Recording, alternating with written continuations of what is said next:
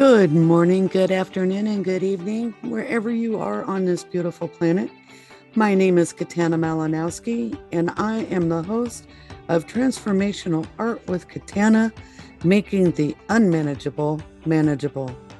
Welcome.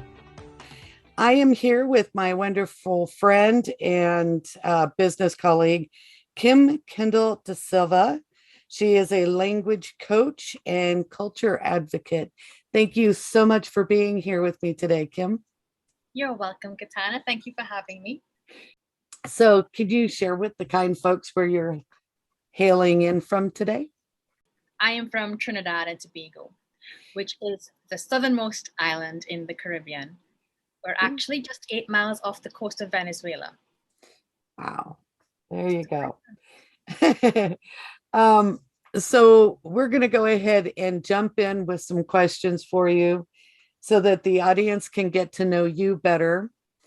I do want to go ahead and share that the theme of my podcast for the first month or so is alternative modalities, and with that, I would like to have them get to know more about you.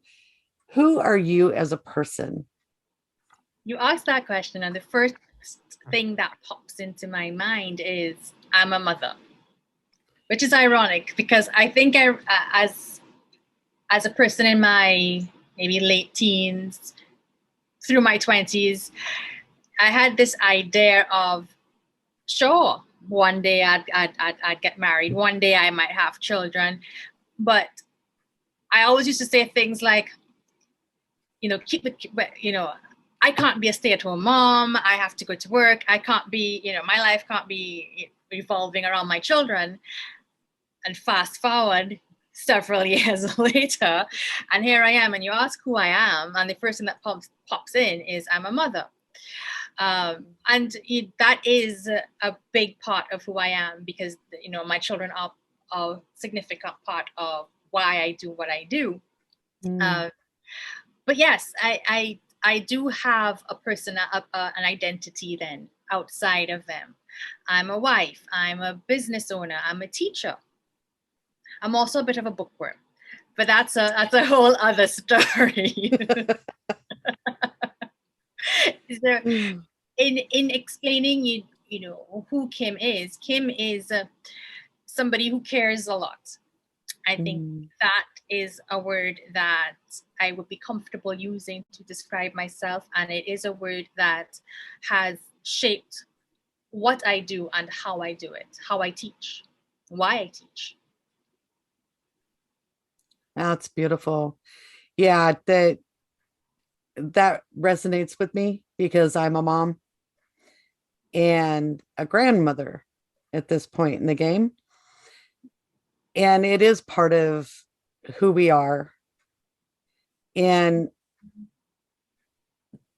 in the past, it seemed that it was something that you didn't really want to be identified saying that. You didn't want to come out and go, I'm a mom. Well, who are you beyond that? Well, I'm a mom.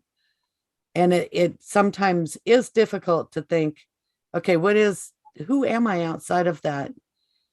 And really getting down to that is a really good thing because we get to reach into those things that light up our soul and drive us to, work with our purpose, which is why we're here today. We both have a purpose and a mission, a vision, and goals that we want to achieve through that purpose. So what are things that make you mad? I'm going to say culture clash and immigration. And I say that because it is something that I think is avoidable, yet builds up so many barriers. So when I see xenophobic comments made, and it can come from politicians, it could come from social media strategists or social media, or what we call the armchair politicians, or simply irate people who are using social media to vent, Mm. and then to get a bigger platform later on to continue that diatribe of hate. And what upsets me about it is that they never take the time to look beyond just those words, or take the time to think about the fact that there are people they are speaking about. It's easy for them to call a group of others into disrepute simply by labeling them as other, different, foreign, and then trying to vilify them without taking just 5 minutes to think about who they are as people. Mm-hmm. And then that transcends into so many different things. I think just yesterday I was in a session with one of my clients, and we were discussing internal displacement in countries. We were talking about how, government policies or big business policies have a direct impact on small farmers and countries, and then you get this internal migration of people outside of they have to leave their homes, their villages. It means they have to leave the very landscape that they are used to.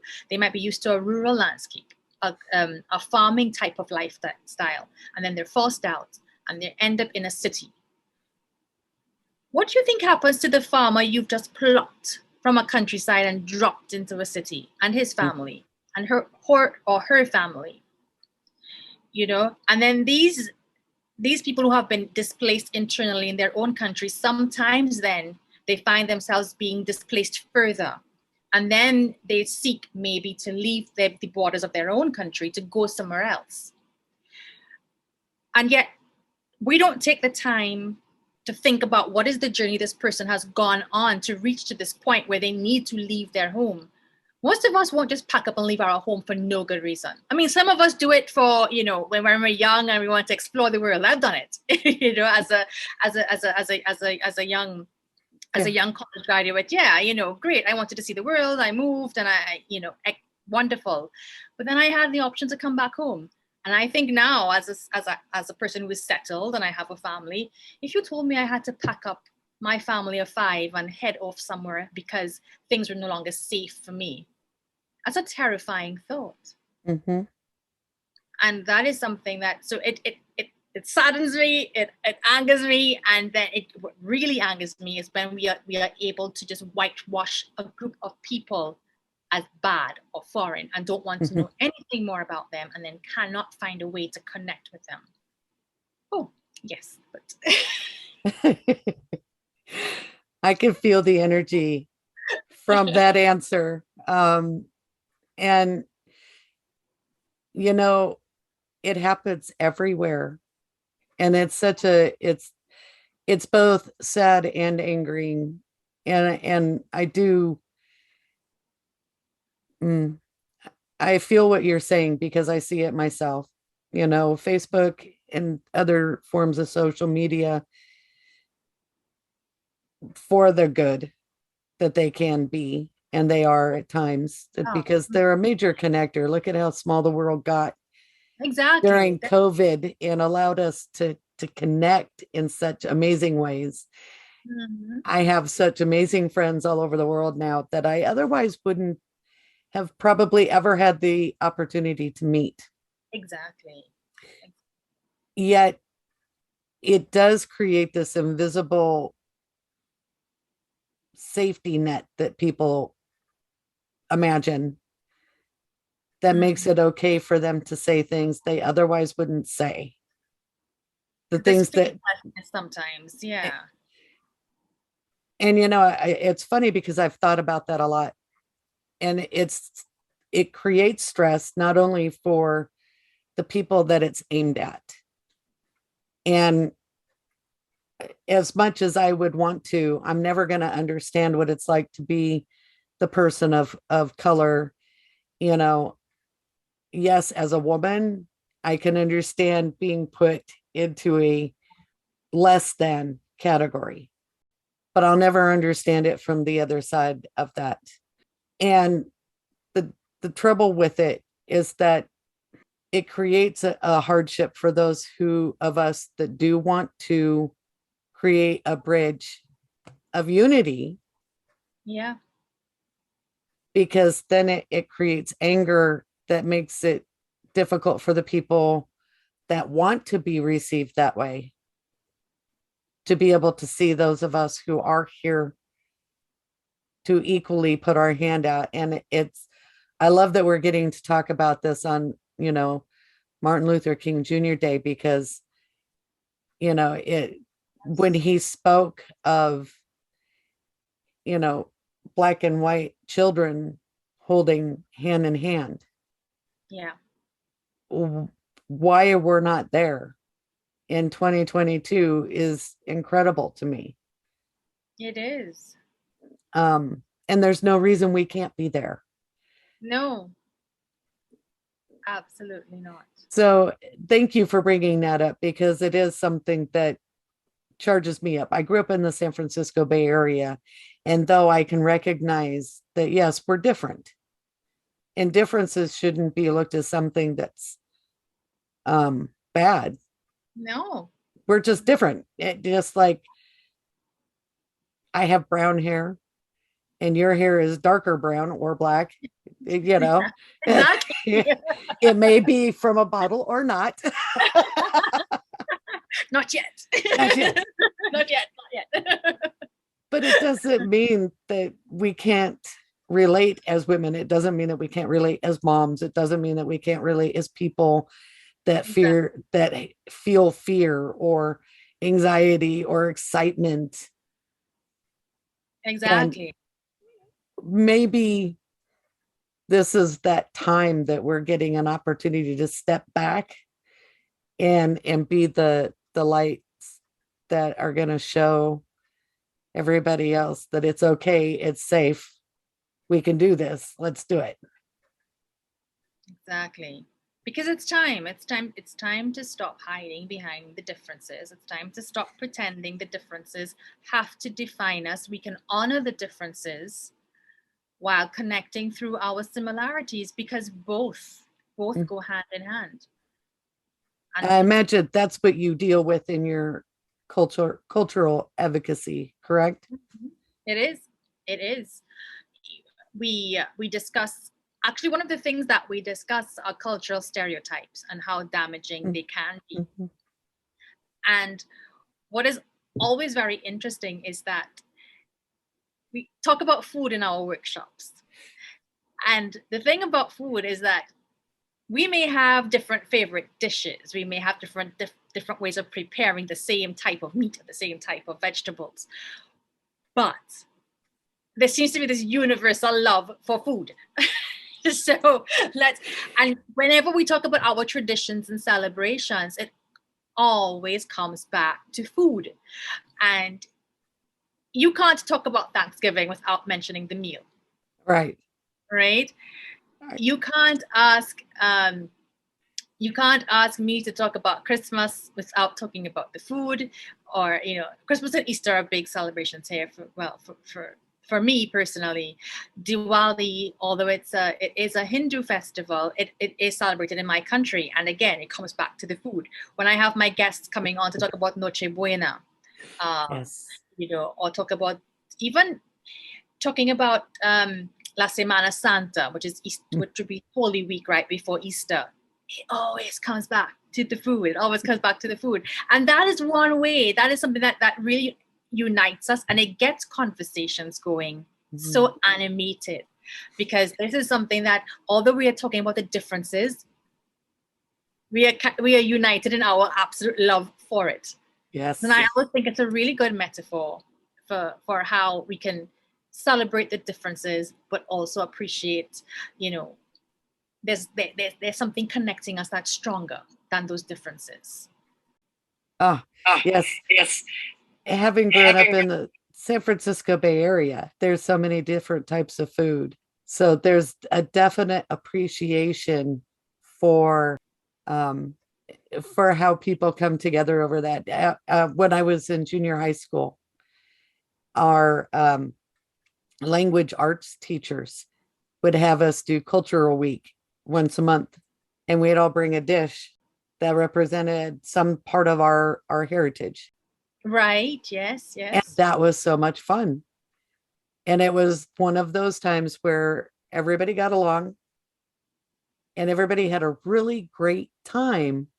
So thank you for bringing that up, because that was one of those moments that, yes, food brought us all together Yep.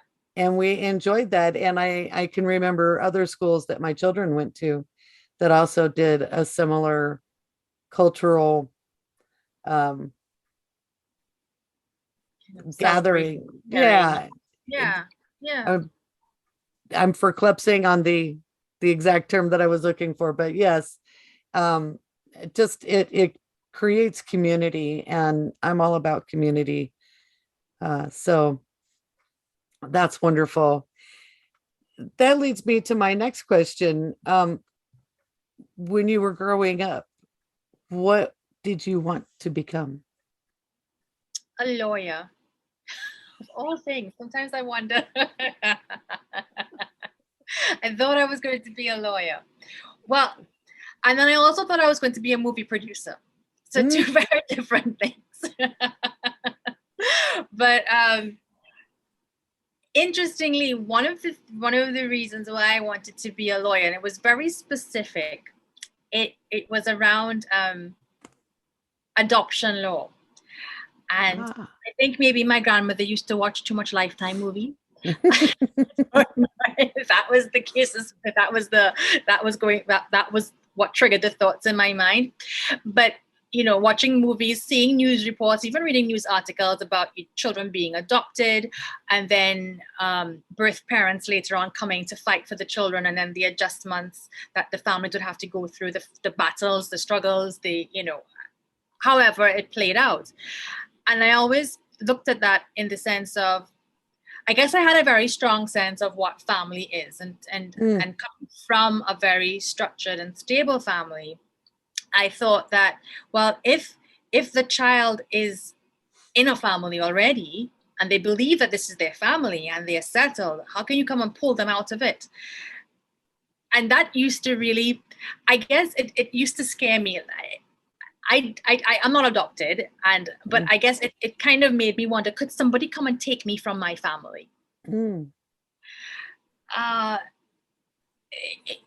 I can't tell you exactly, what thought processes that I went through at the time, but yes, I wanted to be a lawyer specifically to deal with adoption cases, and perhaps maybe that kind of um, that deep feeling I had for preserving familiar relationships, it could be what has influenced how I have continued to view the world, and why partly I do what I do as well. Well, that's beautiful. Yeah, it's funny where we start when we're young in our thoughts, you know, what we're going to do when we grow older, Mm-hmm. and then where we end up. Where we end up. It's very, yeah. But the path is crazy. Yes, it is. So, how did you get on the path that you're on today? I studied languages. I think what happened to me is that living in a small place, I always understood there was more outside. So coming from a small island, and our media would be North American or even British, not even European in general. It would be British. And so there was always I always had a sense of being in a small place, and that there was this whole big world that I wanted to know more about. When I was very young, my aunt moved to France, and she started her family there. My aunt also didn't teach my cousins English. They spoke only French. Mm, So growing up, I knew I had these cousins, but I couldn't talk to them because we didn't speak the same language. I couldn't write them letters the way I would write to other cousins. I had cousins in Canada and in the US, and I could write to them in English, but I couldn't write to these cousins. And then anytime I found books or anything that was talking about it didn't even have to be about France, just anything in Europe, because I knew I had family there. I would be, you know, trying to find out more about it. I remember we used to get these calendars. They were these picture calendars. And I honestly think they were either from Switzerland or Germany, but I didn't care. It was Europe. That was somewhere near to my family. So I wanted to know, I would always make sure I got my copy of that calendar. So I had the pictures. Of course, this is back in the day, well before, you know, Google. So, that was, you know, that was how I could access information. But that meant that when I had the opportunity to start learning French, I took it. But French came along with Spanish, so I did both. And the more I did it, I realized I liked it, I was good at it, and I wanted to continue it. So somewhere along the line, the idea of doing law dropped off, and I continued my affection for languages, and I pursued it right up until, well, we at that time did the British A-level exams at the end of our school, our schooling. So we had to choose, you know, what subject field you would be in. So I chose languages. So it was Spanish, French, English literature. And I remember my parents being like, but what kind of job are you going to get? Are you just going to go teach? I'm like, I don't know. This is what I like. This is what I'm going to do. But there was always this kind of thing of, well, you could be doing sciences, you could be doing business. I know I'm doing languages. And then I got to this point where I've done languages. I've dedicated so much of my life to doing languages. I have to be extremely good at it. And I think that was a bit of a problem. Now, I started languages to connect with family. I also met this Cuban boy, and I wanted to speak to him in Spanish. So that was an extra incentive to learn the language. And when I got to university now, they said, well, we have this new program. It's called, you know, Latin American Studies. You want to do it? I was like, well, yeah, because I love learning about the rest of the world. So I did it, and then I had entertained ideas of working in trade relations. Mm-hmm. That didn't quite pan out, but I always loved research as well. Mm. So when the opportunity came, I worked a couple different jobs, and eventually I had the opportunity to apply for a teaching position at a university. And I said, well, yes, this is what I wanted to do for quite a while, and I took it. Mm-hmm. And that's kind of how I ended up from a professional side doing what I do now. But the academic side was one thing. The cultural advocacy, I would say, started later on. And I would say that started probably in the last maybe 3 or 4 years or so. And that came about as a result of immigration. So remember, I mentioned that Trinidad is Venezuela. So once the political situation in Venezuela became difficult, Trinidad saw more and more refugees essentially coming to the country seeking asylum, seeking, you know, just a safer existence. Mm-hmm. We've always had this movement of people between the two places because we're so close. But there's a difference when it's a trickle of people and then suddenly there's a flood of people, right? Yeah. So that sense of, well, we've always had Venezuelans there and it's a nice mixing of people, that was replaced by, who are these people? Why are they here? They're coming for our jobs. They're coming to take our, you know, they're coming to fill up our hospitals and our schools. And those women want to marry our husbands.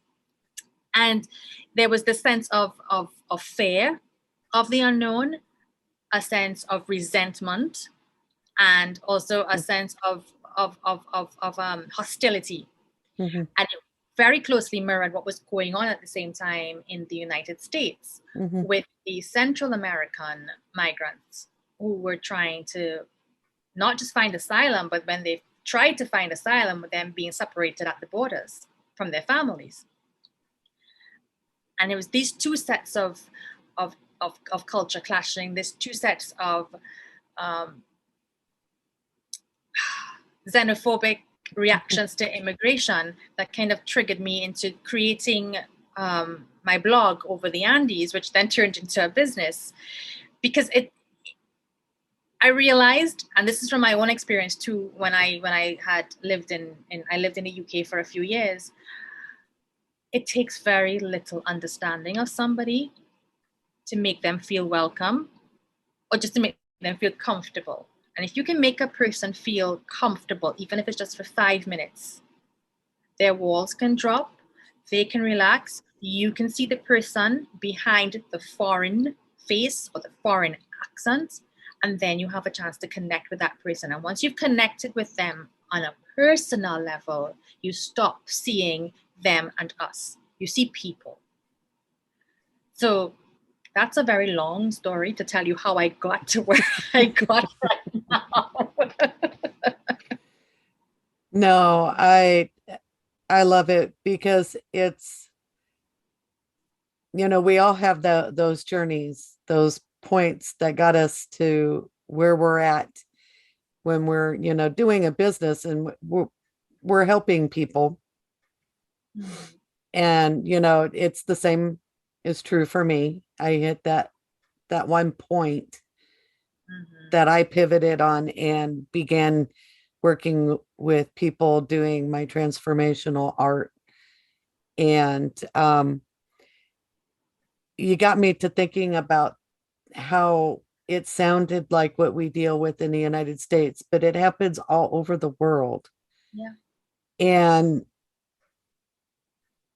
we stop understanding what's happening behind the scenes. We're not looking at the terror that they might be going through in their town or in their home space. Exactly. I remember reading a book that by a border patrol agent that talked about a town in Mexico that the majority of the women and the girls were being murdered. And the one mom grabbed her kids and did not want this to happen to them. So she headed for the border with her children. And fortunately, they made it safely, which is not the case for a lot of people. But I could only imagine as a mom, I was able to step back and go, oh, yeah, if there's a truck full of people shooting up my town coming for me and my daughters, well, in my case, I only have one daughter, but me and my children, that's pretty terrifying, And then you're headed off to a land you don't know, and you don't speak their language, and you don't know what's going to happen when you get there. No. But you just think it has to be better than this. And to be met with the xenophobia and the lack of understanding or compassion or empathy at all for what could have brought them there. We experience it ourselves when we go through natural disasters and people are forced to leave their space. Yeah. And it really got me to thinking about that. If there's a tornado, which we just had one come by here and it went through Kentucky and devastated an entire town, and lives were lost. People are rebuilding. Some are going to end up having to move in order to move to move on with their lives. Yeah. Hurricane Katrina, so many people were displaced from an entire state where they had to move into other places. And sometimes people don't stop to realize that there's cultural differences there. Yeah. And we have them. There's an entire different way of life in the South than there is to the North, or the East to the West, and everywhere in between. Yeah. I really got to experience that this Christmas and see some really fun ways that people celebrate, and an entirely different Christmas story I had never heard before, and it was Cajun. And how cool was that? But it's somebody that was displaced from their home in Louisiana by Katrina, and they're living in Arkansas. And there is a difference of culture there. Yeah. And we just don't stop to realize how many ways we're alike globally. Exactly. before we get tied up in the differences, let's look at the similarities too. Let's just remember we're people. And at that moment when you're losing your home or you're experiencing the fear of loss, it doesn't see color, it doesn't see shape, it doesn't see economic status, it doesn't see anything. Those things happen, and as human beings we share the same responses. Exactly. The fight, the flight, the freeze. And it would just be really, really cool if we could bring more recognition and a lot less judgment into the space and fear, because I understand that the unknown is fearful, but people are people. It just, anyway. Oh yeah. I could get off on that tangent for a whole day. And there are good and bad everywhere. They're good and bad in every person. So I'm not trying to say that, we have to, be all one love and don't, but let's just remember that good things can happen to bad people and bad things can happen to good people, and there are consequences and effects of that. Oh, precisely. Exactly. So, what is your superpower? I've actually been battling with that question for a while, but I think that I always come back to teaching. And why I say teaching is because I do have a way to take more complex topics and break it down into very simple, easy to understand concepts, words, structures. Even when I was at university, I used to feel as if sometimes I wasn't as good as some of the other students, because I would listen to their presentations and I would think, that's a lot of big words and they're using lots of really good references and I'm not sure exactly what they're talking about. Maybe something is wrong with me. Because when I present, I was pretty straightforward in my presentations. And I mentioned this once to a lecturer, and this happened. I was all the way up doing my master's at this point. So this has been, going on for years and years. And he looked at me and he said, no, you just understand the work. He says, some people come here and they talk and they just talk to hear themselves talk. You explain stuff. Students listen when you talk. You don't worry about the words that you're using. When you present, your classmates listen because they understand you. You're teaching. Yes. And I think, yes, I do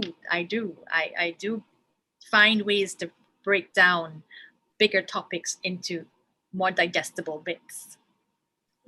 Wow. Yeah, that's about that connection, and we do see this everywhere. I point it out all the time, where people are using words that even I, after I've got a master's degree and I'm seeing words that I'm like, what does that mean? You're losing your audience if, they're spending half their time looking up the word in a dictionary because they don't understand what you're saying. It's really funny because there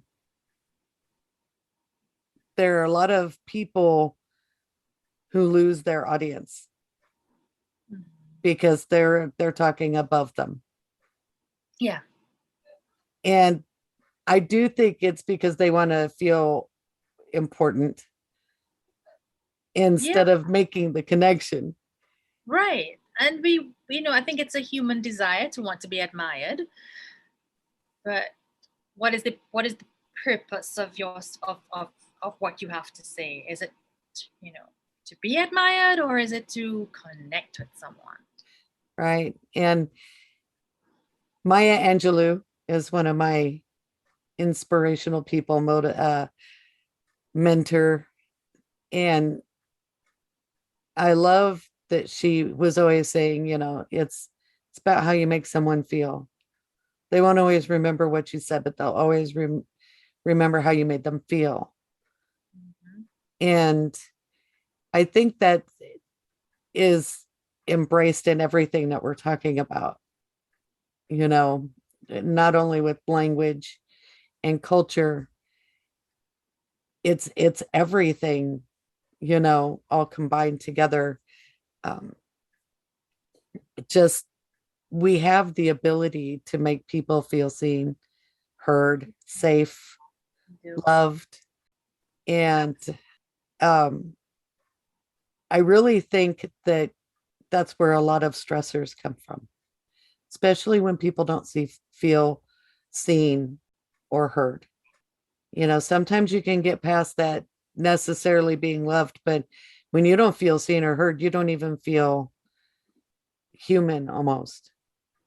And I'm drawing back from my own personal experiences where I learned how to be in a crowd of people that I was related to and feel I didn't exist at all. That nobody knew. I never felt so lonely as to be in that space. Surrounded by people, but all alone. Mm-hmm. So I really appreciate what you do, because what you do brings people closer together and it makes them feel seen, it makes them feel heard, you know. So I want to say thank you for that. Um, we're coming up on the end of our time together. What is one thing that you would tell your 18-year-old self? Whew, where was I? I was just in university at 18. If I had to tell my 18-year-old self something, enjoy it. Enjoy it, because at 18, I felt I was finally an adult. And there were all these things I wanted to do, and I couldn't wait to start living. And at 18, I don't think I realized life was happening. Things were changing, things were going. I was transforming right at that moment. But I was so focused on when I graduate and what I'm going to do next. And I would say, yes, slow down, enjoy it, because you have zero attachments and zero responsibility, and life is never going to be this good again. But I shouldn't say it like that, but you know what I mean. Enjoy that freedom. You know, no longer under the parents' thumbs, but still without the responsibilities of adulting, for want of a better word. That's a good point. And I love that. I love that. Yes. I love hearing all of the experiences that people would have with talking to them, their 18-year-old selves. I remember how much I struggled the first time somebody asked me that question. I was like, the first thing I would tell you is that when I was 18, I wouldn't have listened. I didn't listen. There's that too. I knew everything and I was invincible, you know. Oh, no, no, no, I got this. You know, people would give me advice, and my great aunts had given me advice. And, you know, 30 years later, I found myself sitting in my room and I'm like, they were right. They were right. And that's a pretty interesting moment when you can look back and you're like, oh wow, you know, just this whole span of time just goes before you and you're like, oh my gosh, they were right. Mm-hmm. You know, and so much time we lose to wanting to be right. And that's an interesting, I get a lot of these thoughts. And um I love to have philosophical conversations about those different moments that come up, because I think they do transform people. And I think that they can bridge, like you were talking about, you know, with language and culture, But I think these are ways that people are alike. I Yes. think we all struggle with those questions. What's next? Yeah. You know, um, when you're 18, are you invincible? Well, if you ask that to every 18-year-old around the globe, I'm pretty Oh, sure the yeah. answer is going to be yes. I mean, the kinds of things you do when you're 18, that you look back now and say, thank God I'm still alive. Yes. Yes. Or those opportunities that we missed, Yeah, that too. that too. But well, I really want to thank you for being here today. How can the listeners reach out to you and connect with you? Sure. My website is Over the Andes, which is also the name of my business. It is www.overtheandes.com. And if you come on there, you will find resources for language learning, resources that teach you about Latin America. You can find resources as a learner, and even if you're a teacher of languages, you can find resources there that can help you with teaching your classes as well. There's a mailing list you can subscribe to, and I write almost every week to give people tips about language learning and about Latin American history and culture. So that's the best place to find me. Fantastic. Well, again, Kim, thank you so much for joining me. It's been an absolute pleasure to get to know more about you and what, drives your purpose and the connections and transformations that you bring to our beautiful world, and you enrich everybody's lives through what you do. So thank you. Thank you, Katana. Thank you for hosting me today. Well, I wish you a beautiful rest of your day, and I look forward to many more conversations in the future. Definitely. Adios. Adios. Thank you for listening to this week's episode of Transformational Art with Katana. If you enjoyed the show, please click the like button and share the link to this podcast with your family and friends. To connect with me personally, please send an email to transformationalartwithkatana@gmail.com. Have a beautiful day.